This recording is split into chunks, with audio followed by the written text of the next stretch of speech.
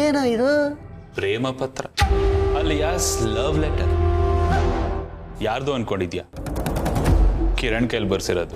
From address ಅವಂದು and to address ನಮ್ಮ ಅದಕ್ಕೆ. ಅಂದರೆ ಇದು ನಮ್ಮ ಮನೆಗೆ ಬರೋ ಹಾಗೆ ಪೋಸ್ಟ್ ಮಾಡಿಸ್ತೀಯ? ವಾಯ್ಸ್ ನೋಟ್ ಕಳಿಸೋ ಕಾಲದಲ್ಲಿ ಯಾರು ಮಾಮ್ಸ್ ಲೆಟರ್ ಬರೀತಾರೆ? ಅದಕ್ಕೆ ಹೇಗಿದ್ರು ಡೈರಿ ಬರೀತಾಳೆ. ಆ ಡೈರಿ ಒಳಗಡೆ ಇದನ್ನು ಸೈಲೆಂಟಾಗಿ ಸೇರಿಸ್ಬಿಡ್ತೀವಿ. ಮುಂದಕ್ಕೊಂದಿನ ಇದೇ ನಮ್ಮ ಪಾಲಿಗೆ ಸಾಲಿಡ್ ಪ್ರೂಫ್. ಅರೆ ಭಯ್ಯ, ಐಡಿಯಾ ಬ್ಯೂಟಿಫುಲ್. ಆದರೆ ವರ್ಕ್ ಆಗುತ್ತಾ? 100% ಶೋರ್. ಯಾಕೆಂದರೆ ನನ್ನ ಸ್ಕ್ರೀನ್ ಪ್ಲೇ ಅಷ್ಟು ಟೈಟ್ ಆಗಿದೆ. It's a clear shot. ಹೊಡೋದ್ರೆ ಆನೆ ಎಲ್ಲ ಹೊಡೆಯೋ ಕಾಲ ಹೋಯ್ತು ಮಾಮ್ಸ್. ಏನಿದ್ರು ಬ್ಲೂ ವೆಲ್ನೇ ಹೊಡೆಯೋಣ. ಚೆನ್ನಾಗಿ ಹೇಳಿದೆ. ಹೊಡಿ ಹೆಣ್ಣು.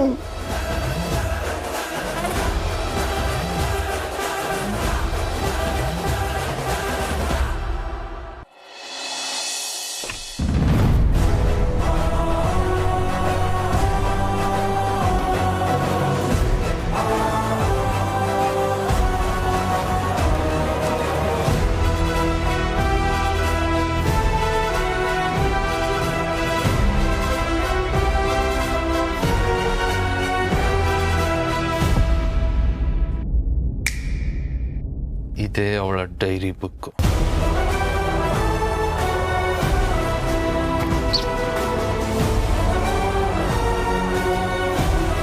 ಕಿರಣ,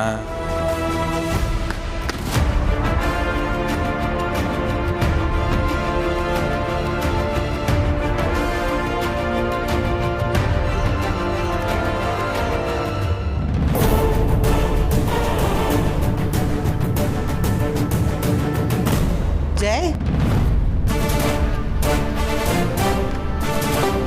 ಎಸ್ ಮಾಮ್.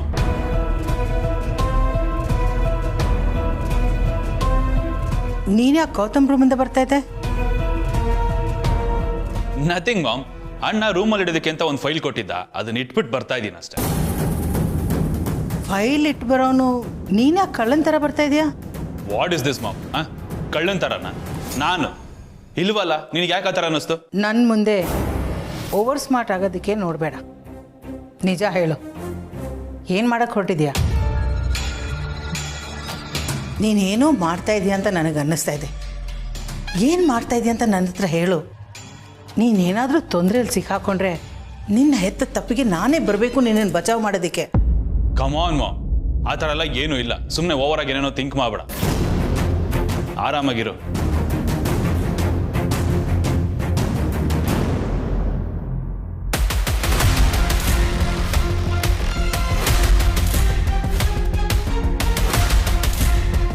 ಶೇಖರ್. ಹಾಂ, yeah. Oh, nice. Wow, nice. ಬಂತ password? 1 second note ಮಾಡ್ಕೊಂಬಿಡ್ತೀನಿ.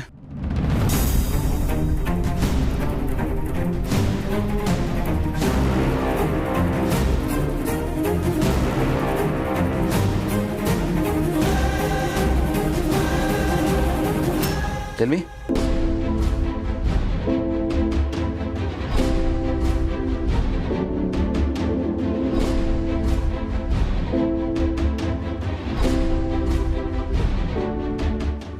Yeah, thank you. ಆಮೇಲೆ 19th ಆಗಲ್ಲ, ಬೇಡ. 20th ಓಕೆ ಅನ್ಸುತ್ತೆ ನನಗೆ. ಯಾ. ಶೋ ಡೈರಿನ ಹೊರಗಡೆನೇ ಬಿಟ್ಬಿಟ್ನಲ್ಲ.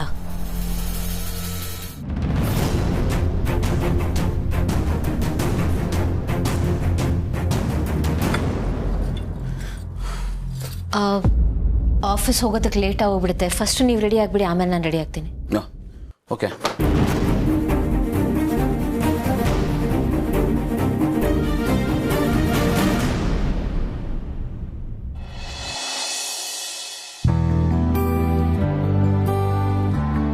ಸರಿ, ನಾನು ಕ್ಲಾಸ್ ಆದ್ಮೇಲೆ ಸಿಗ್ತೀನಿ.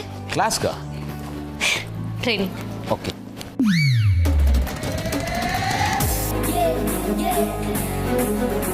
ರೈಟರ್ ನೆನೆಸ್ಕೋತಿದ್ದೀರಾ? ಪದೇ ನಿಮ್ಮನ್ನು ಈ ಥರ ಬಿಡೋ ಥರ ಮಾಡ್ತಾ ಇದ್ದಾನಲ್ಲ, ಅದಕ್ಕೆ. ನಾನು ಬಿದ್ದಾಗೆಲ್ಲ ನೀವು ಹಿಡ್ಕೊಳ್ಳೋ ಥರ ಮಾಡ್ತಿದ್ದಾನಲ್ಲ, ನಾನು ನೆನೆಸ್ಕೋಬೇಕು.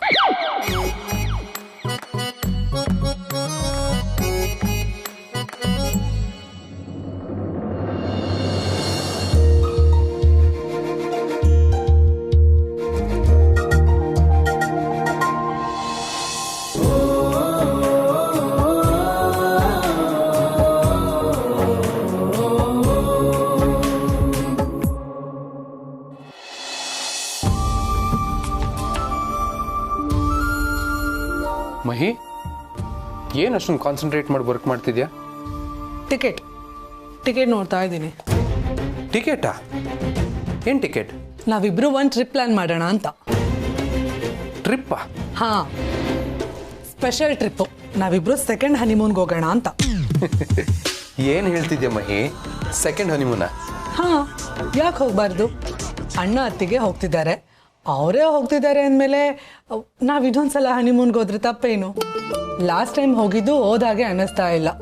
ಮುಖ ಎಲ್ಲ ಇನ್ಫೆಕ್ಷನ್ ಆಗಿ ಏನೇನೋ ಆಗೋಯ್ತು. ನಾವಿಬ್ಬರು ರೂಮ್ ಬಿಟ್ಟು ಆಚೆಗೆ ಬರೋಕ್ಕಾಗಿಲ್ಲ. ಅಟ್ಲೀಸ್ಟ್ ಈ ಸಲನಾದರೂ ಹೋಗಿ ಆರಾಮಾಗಿ ಸುತ್ತಾಡ್ಕೊಂಡು ಬರೋಣ. ಸೊ ನಮ್ಮ ಪಾಲಿಗೆ ಇದೇ ಫಸ್ಟ್ ಆ್ಯಂಡ್ ಬೆಸ್ಟ್ ಹನಿಮೂನ್ ಆಗಿರುತ್ತೆ.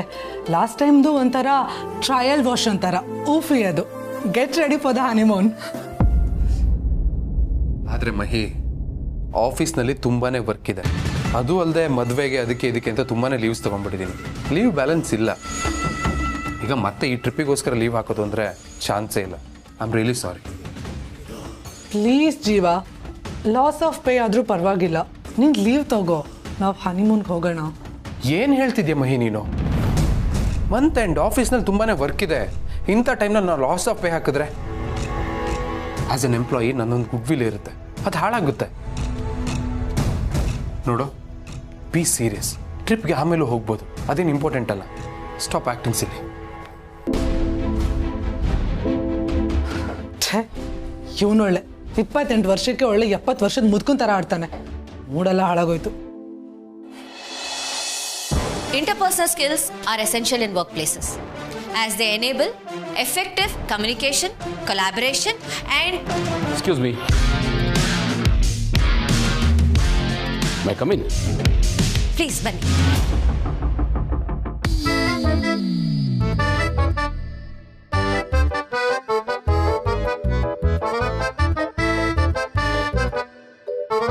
You continue.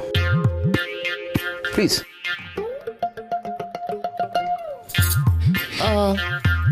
Yeah, like I was saying about interpersonal skills that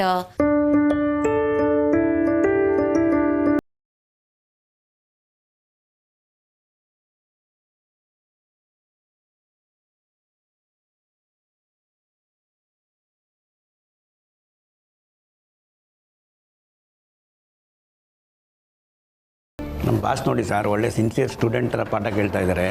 ಅಲ್ಲಿ ನೋಡಿ ಸರ್, ಅಲ್ಲಿ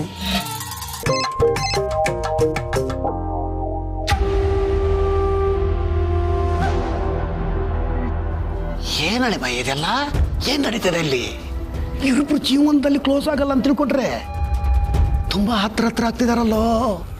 ನಮ್ಮ ಇಡೀ ಪ್ಲ್ಯಾನು ಗೊತ್ತಾ ಹೊಡಿಯಂಗೆ ಕಾಣ್ತಿದ್ಯಲ್ಲೋ. ಅಯ್ಯೋ ದೇವ್ರೆ, ನಾನು ಅನ್ಕೊಂಡಿದ್ದಾಗಲೇಬೇಕು ಮಾಮ್ಸ್.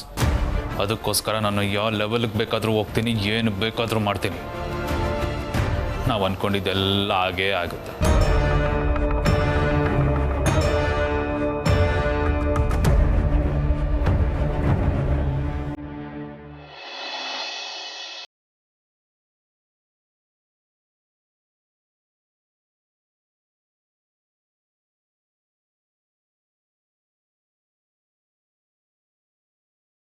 ಹಾಯ್ ಮಾಮ್, ಏನು ಇಷ್ಟು ಡೀಪಾಗಿ ಥಿಂಕ್ ಮಾಡ್ತಾ ಇದೆಯಾ? ಟೆನ್ಷನಲ್ಲಿರೋ ಹಾಗಿದೆ. ಏನಾಯ್ತು? ಟೆನ್ಷನ್ ಅಲ್ಲ, ಸಂಕಟ ಆಗ್ತಾ ಇದೆ. ಆ ಭೂಮಿಕ ಆಫೀಸ್ಗೆ ಹೋಗಕ್ಕೆ ಶುರು ಮಾಡಿದ್ದಾಳೆ. ನನ್ನನ್ನೇ ಓವರ್ಟೇಕ್ ಮಾಡಿ ಮುಂದೆ ಹೋಗ್ತಿದ್ದಾಳೆ. ಇದೆಲ್ಲ ನೋಡ್ತಾ ಇದ್ರೆ ನನ್ನ ಕೈಯಲ್ಲಿ ಸಹಿಸಕ್ಕೆ ಆಗ್ತಾ ಇಲ್ಲ. ಅವ್ರ ಆಫೀಸಿಗೆ ಏನಕ್ಕೆ ಹೋಗಿದ್ದಾರೆ? ಅವ್ರಿಗೆ ಅಲ್ಲೇನು ಕೆಲಸ? ಎಂಪ್ಲಾಯೀಸ್ಗೆ ಸಾಫ್ಟ್ ಸ್ಕಿಲ್ ಟ್ರೈನಿಂಗ್ ಕೊಡ್ತಾಳಂತೆ. ಸಾಫ್ಟ್ ಸ್ಕಿಲ್ ಟ್ರೈನಿಂಗಾ? ನಾವು ಅವಳನ್ನ ಸೊಸೆಯಾಗಿ ಮಾಡ್ಕೊಂಡಿದ್ದು ಈ ಮನೆಯಲ್ಲಿ ಕೆಲಸದವಳ ಥರ ನಾವು ಹೇಳೋದನ್ನ ಮಾಡ್ಕೊಂಡು ಬಿದ್ದಿರ್ಲಿ ಅಂತ. ಆದರೆ ಈಗ ಆಗ್ತಾ ಇರೋದೇ ಬೇರೆ. ಆಳಿನ ಥರ ಇರಬೇಕಾದವಳು ನಮ್ಮನ್ನೇ ಆಳೋ ಥರ ಕಾಣ್ತಿದ್ದಾಳೆ. ಡೇ ಬೈ ಡೇ ನಿಮ್ಮಣ್ಣ ಗೌತಮ್ಗೆ ಅವಳು ಹತ್ರ ಆಗ್ತಿದ್ದಾಳೆ. ಅದೇ ನನಗೆ ದೊಡ್ಡ ಯೋಚನೆ ಆಗಿರೋದು. ಸರಿ ಬಿಡು, ಬಾ ಕೂತ್ಕೋ.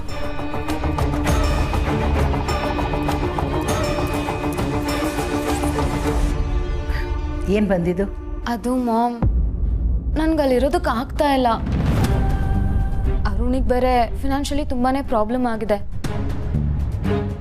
ನಮ್ಮ ಅತ್ತೆ ನೋಡಿದ್ರೆ ತುಂಬ ರೆಸ್ಟ್ರಿಕ್ಟ್ ಮಾಡ್ತಾ ಇದ್ದಾರೆ. ನಮಗೊಂದಿಷ್ಟು ಪ್ರೈವಸಿ ಸಿಗ್ತಾ ಇಲ್ಲ ಗೊತ್ತಾ.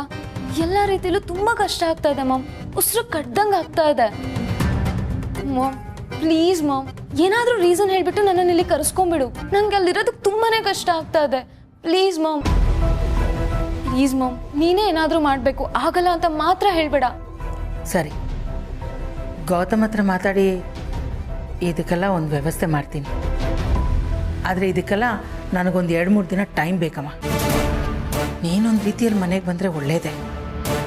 ನನಗೆ ನಿನ್ನ ಅಗತ್ಯ ತುಂಬ ಇದೆ.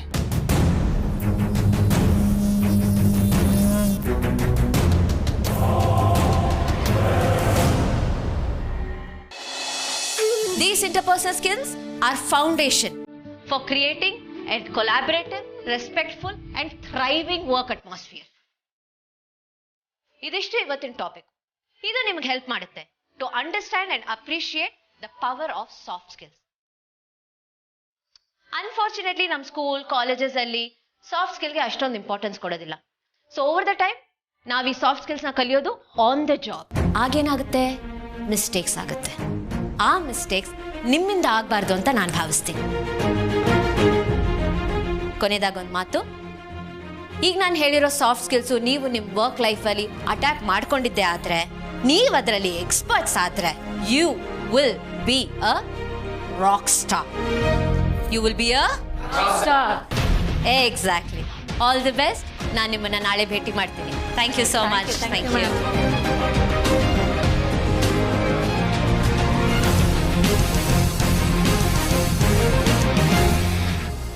ನೈಸ್, ಭಾಳ ಚೆನ್ನಾಗಿ ಟೀಚ್ ಮಾಡ್ತೀರಾ. I very much impressed. Actually ಇದಕ್ಕೂ ಮುಂಚೆ ನಿಮ್ಮ ಟೀಚಿಂಗ್ ಬಗ್ಗೆ ನನಗೆ ಬೇರೆ ಥರದೇ ಒಪಿನಿಯನ್ ಇತ್ತು. But I think students are very lucky. Thank you. ಈಗಲಾದರೂ ಅರ್ಥ ಆಯ್ತಲ್ಲ.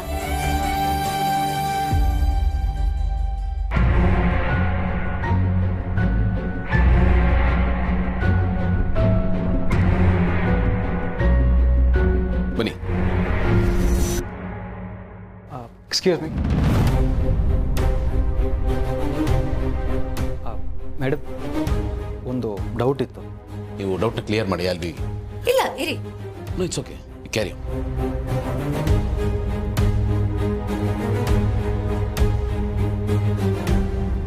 ಏನು ಡೌಟ್ ಅಂತ ಹೇಳಿ. ಅದು ನಿನ್ನ ಹತ್ರ ಸ್ವಲ್ಪ ಮಾತಾಡಬೇಕಿತ್ತು. ಅದೇನಂತ ಹೇಳಿ. ಅದು ನಾನು ಡೌಟ್ ಕ್ಲಿಯರ್ ಮಾಡ್ಕೊಳಕ್ಕೆ ಬರಲಿಲ್ಲ. ಅದು ಏನು ಹೇಳಕ್ಕೆ ಬಂದೆ ಅಂದರೆ, ಪ್ಲೀಸ್ ಬೇಗ ಹೇಳಿ ಮುಗಿಸಿ.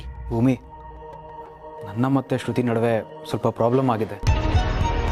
ಇಷ್ಟು ದಿನ ಚೆನ್ನಾಗೇ ಇದ್ಲು, ಆದರೆ ಇತ್ತೀಚೆಗೆ ಹಳೆದನ್ನೆಲ್ಲ ನೆನಪು ಮಾಡಿಕೊಂಡು ಇನ್ನೂ ಮಾತಾಡ್ತಿದ್ದಾಳೆ.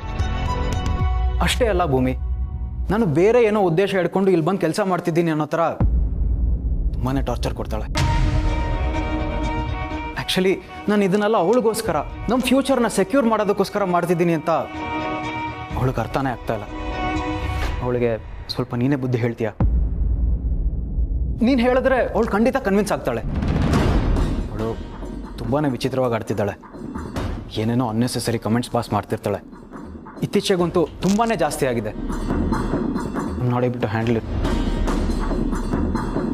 ನನಗೆ ಗೊತ್ತಿರೋ ಹಾಗೆ ಆ ಥರದ್ದೇನೂ ಇಲ್ಲ ಅನ್ಕೋತೀನಿ. ಹಾಗೇನಾದರೂ ಇದ್ದಿದ್ರೆ ಅವಳು ನನ್ನ ಹತ್ರ ಡೈರೆಕ್ಟಾಗಿ ಮಾತಾಡ್ತೀನಿ. ಬಟ್ ಇಟ್ಸ್ ಓಕೆ, ನಾನೇ ಒಂದ್ಸಲ ಅವಳ ಹತ್ರ ಮಾತಾಡ್ತೀನಿ.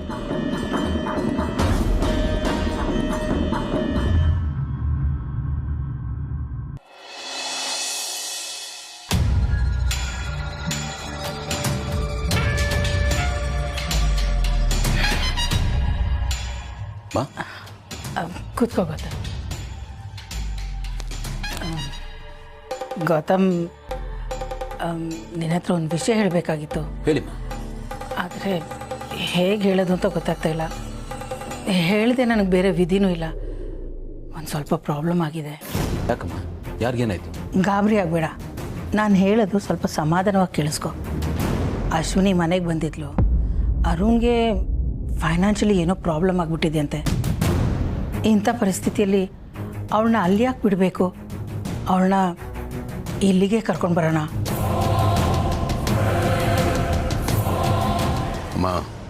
ಇಲ್ಲ ಗೌತಮ್, ಅವಳ ಕಷ್ಟ ನನ್ನ ಕೈಯಲ್ಲಿ ನೋಡೋಕ್ಕಾಗ್ತಾಯಿಲ್ಲ. ಅವಳು ನನ್ನ ಕಣ್ಮುಂದೆ ಇದ್ದರೆ ನನಗೆ ಸಮಾಧಾನ ಇರುತ್ತೆ.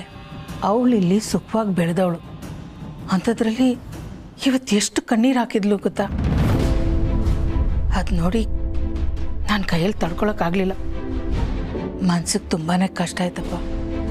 ಅವಳನ್ನ ಆ ಪರಿಸ್ಥಿತಿಯಲ್ಲಿ ನೋಡೋಕ್ಕಾಗಲಿಲ್ಲ. ಹೌದಾ? ಛೇ, ಇಷ್ಟೆಲ್ಲಾದರೂ ಅವಳು ಯಾಕೆ ನನಗೊಂದು ಮಾತು ಹೇಳಲಿಲ್ಲ? ನೀವಾದರೂ ಒಂದು ಫೋನ್ ಮಾಡ್ಬೋದಾಗಿತ್ತಲ್ಲಮ್ಮ. ಅವಳು ಬಂದಾಗಲೇ ನನಗೊಂದು ಫೋನ್ ಮಾಡಿದರೆ ಅದು ಏನೇ ಕೆಲಸ ಇದ್ರು ನಾನು ಬಿಟ್ಟು ಬರ್ತಾ ಇದ್ದೆ. ನಾನೇ ಮುಂದೆ ನಿಂತು ವಿಚಾರಿಸ್ತಾ ಇದ್ದೆ ಏನಾಯಿತು ಅಂತ. ಅದು ನಿನಗೆ ಯಾಕೆ ತೊಂದರೆ ಕೊಡಬೇಕು ಅಂತ ನಾನೇ ಸುಮ್ಮನೆ ಇದ್ಬಿಟ್ಟೆ. ಯಾಕಮ್ಮ ಇಷ್ಟೊಂದೆಲ್ಲ ಫಾರ್ಮ್ಯಾಲಿಟೀಸ್? ನನಗೆ ಎಲ್ಲಕ್ಕಿಂತ ನಮ್ಮ ಮನೆಯವರು ಇಂಪಾರ್ಟೆಂಟು. ಇರಿ, ನಾನು ಈಗಲೇ ಫೋನ್ ಮಾಡ್ತೀನಿ ಅವಳಿಗೆ. ನೀವು ಹೇಳೋದು ಕರೆಕ್ಟು. ಅವಳು ಅಲ್ಲಿ ಕಷ್ಟಪಡೋದು ಬೇಡ. ಆದಷ್ಟು ಬೇಗ ಇಲ್ಲಿ ಹೊರಗೆ ಬರೋಕ್ಕೆ ಹೇಳ್ತೀನಿ. ಗೌತಮ್, ಇದು ಅವಸರ ಮಾಡೋ ವಿಷಯ ಅಲ್ಲ. ಅವಳನ್ನ ನಾವು ಮದುವೆ ಮಾಡಿ ಇನ್ನೊಂದು ಮನೆಗೆ ಕಳಿಸಿದ್ದೀವಿ. ಈಗ ಇದ್ದಕ್ಕಿದ್ದಾಗೆ ಮನೆಗೆ ಕರ್ಕೊಂಡು ಬಂದರೆ ಅತ್ತೆ ಏನು ಅಂದ್ಕೊಳ್ಳಲ್ಲ? ಅವ್ರೇನಾದರೂ ಪ್ರಶ್ನೆ ಮಾಡಲ್ವಾ? ಪ್ರಶ್ನೆ ಮಾಡಿದರೆ ನಾವೇನು ಉತ್ತರ ಕೊಡೋದು? ಅದಷ್ಟು ಸುಲಭ ಅಲ್ಲ ಗೌತಮ್. ಅದು ಅಲ್ಲದೆ ಈ ಮನೇಲಿ ಈಗ ಭೂಮಿಕಾ ಇದ್ದಾಳೆ. ಹೊಸದಾಗಿ ಮನೆಗೆ ಬಂದವಳು. ಮನೆ ಮಗಳಿಗೆ ಹೀಗಾಗಿದೆ ಅಂತಂದರೆ ಅವಳು ಏನು ಅಂದ್ಕೊಳ್ಳಲ್ಲ. ಈಗೇನು ಮಾಡೋಕ್ಕಾಗಲ್ಲಮ್ಮ. ಅಶ್ವಿನಿನ ಕರ್ಕೊಂಡು ಬರಲೇಬೇಕು. ಯಾವಾಗಲಾದರೂ ಈ ವಿಷಯ ಗೊತ್ತಾಗೇ ಆಗುತ್ತೆ. ಮುಚ್ಚಿಡಕ್ಕಂತೂ ಸಾಧ್ಯ ಇಲ್ಲ ಅಲ್ವಾ? ನನಗೂ ಏನು ಮಾಡಬೇಕು ಅಂತ ಗೊತ್ತಾಗ್ತಾ ಇಲ್ಲ. ಈ ಪ್ರಾಬ್ಲಮ್ಗೆ ನೀನೇ ಏನಾದರೂ ಪರಿಹಾರ ಕಂಡುಹಿಡಿಬೇಕು. ಹೇಗಾದರೂ ಮಾಡಿ ಅವಳನ್ನ ಇಲ್ಲಿಗೆ ಕರ್ಕೊಂಡ್ ಬಾ ಪ್ಲೀಸ್. ಅಮ್ಮ, ದಯವಿಟ್ಟು ನೀವು ಹೀಗೆಲ್ಲ ರಿಕ್ವೆಸ್ಟ್ ಮಾಡ್ಕೋಬೇಡಿ. ಅಲ್ಲ ಗೌತಮ್, ನೀನೀಗ ಮೊದಲಿನ ಥರ ಅಲ್ಲ. ನಿನಗೂ ಮದುವೆ ಆಗಿದೆ, ನಿನಗೂ ಹೆಂಡತಿ ಇದ್ದಾಳೆ. ಈಗ ಫಸ್ಟ್ ಪ್ರಯಾರಿಟಿ ನಿನ್ನ ಸಂಸಾರ ತಾನೆ. ಅಮ್ಮ, ನನಗೇನೇ ಆದರೂ ನನ್ನ ಜೀವನದಲ್ಲಿ ಅಮ್ಮ ಮೊದಲು, ಆಮೇಲೆ ಹೆಂಡತಿ, ಮಿಕ್ಕವರು ಎಲ್ಲ. ನೀವು ನನ್ನ ಹತ್ರ ರಿಕ್ವೆಸ್ಟ್ ಮಾಡಬೇಡಿ.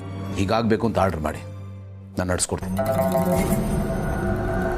ನಾನು ಮಾತಾಡ್ತೀನಿ ರೀಮ್ಮ, ನೀವಲ್ಲ. Thank you Gautam. ಅಂತೂ ನನ್ನ ಹೆಡ್ಡೇಕ್ನ ಗೌತಮ್ಗೆ ಟ್ರಾನ್ಸ್ಫರ್ ಮಾಡಿದ್ದಾಯ್ತು. ಇನ್ನೆಲ್ಲ ಅವನೇ ನೋಡ್ಕೋತಾನೆ.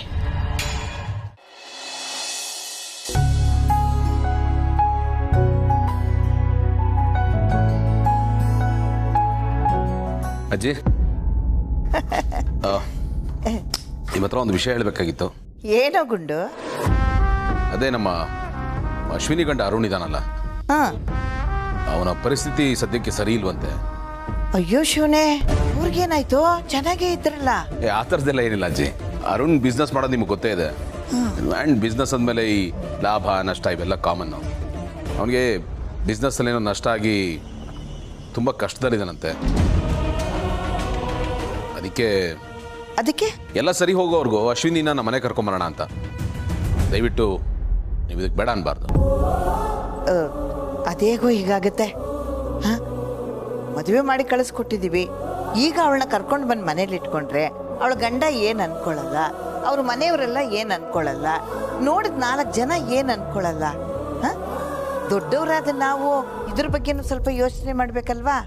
ಹೌದಜ್ಜಿ, ನೀವು ಹೇಳ್ತಾ ಇರೋದೆಲ್ಲ ಸರಿ ಇದೆ. ನಾನೆಲ್ಲ ನೋಡ್ಕೋತೀನಿ. ಅಶ್ವಿನಿ ಅತ್ತೆಯವ್ರ ಮನೆ ಹತ್ರ ನಾನು ಮಾತಾಡ್ತೀನಿ.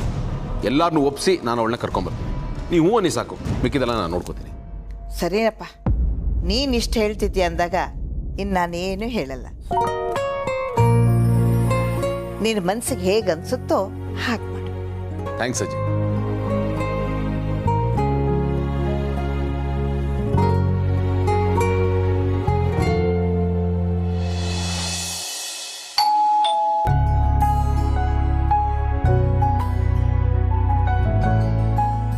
ಮೆಹಬೂಬ್ ಸರ್, ನಮಸ್ತೆ. ನಮಸ್ತೆ, ಹೇಗಿದ್ದೀರಾ? ನಮಸ್ತೆ ಭೂಮಿಕಾ ಅಕ್ಕ, ನೀವು ಹೇಗಿದ್ದೀರಿ? ನಾನು ಚೆನ್ನಾಗಿ ಹೇಗಿದ್ದೀರಾ ಶಾಂತಣ್ಣ? ಎಲ್ಲ ನಿಮ್ಮ ಆರೈಕೆ, ಚೆನ್ನಾಗಿದ್ದೀವಿ. ಮಕ್ಕಳೆಲ್ಲ ಹೇಗಿದ್ದಾರೆ ಆಶ್ರಮದಲ್ಲಿ? ಎಲ್ಲರೂ ಚೆನ್ನಾಗಿದ್ದಾರಮ್ಮ. ಅಯ್ಯೋ, ಇಲ್ಲೇ ನಿಂತು ಮಾತಾಡ್ಸಿದ್ದೀನಿ. ಬನ್ನಿ, ಒಳಗೆ ಬನ್ನಿ. ಇನ್ನೊಂದು ಸ್ಟೆಪ್ ಅಷ್ಟೇ. ಬನ್ನಿ.